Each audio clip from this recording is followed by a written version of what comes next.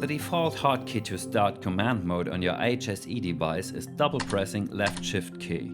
You can customize this hotkey by choosing another predefined key from a list or even select a free hotkey code. The predefined hotkey list is available in your device's user manual. To select one of those predefined hotkey codes, press subsequently left shift plus C plus new hotkey code plus enter.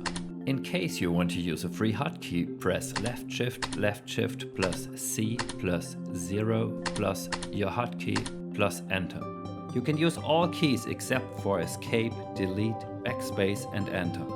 To reset customized hotkeys to factory default within 5 seconds after switching on the console or plugging in a keyboard, press right shift and delete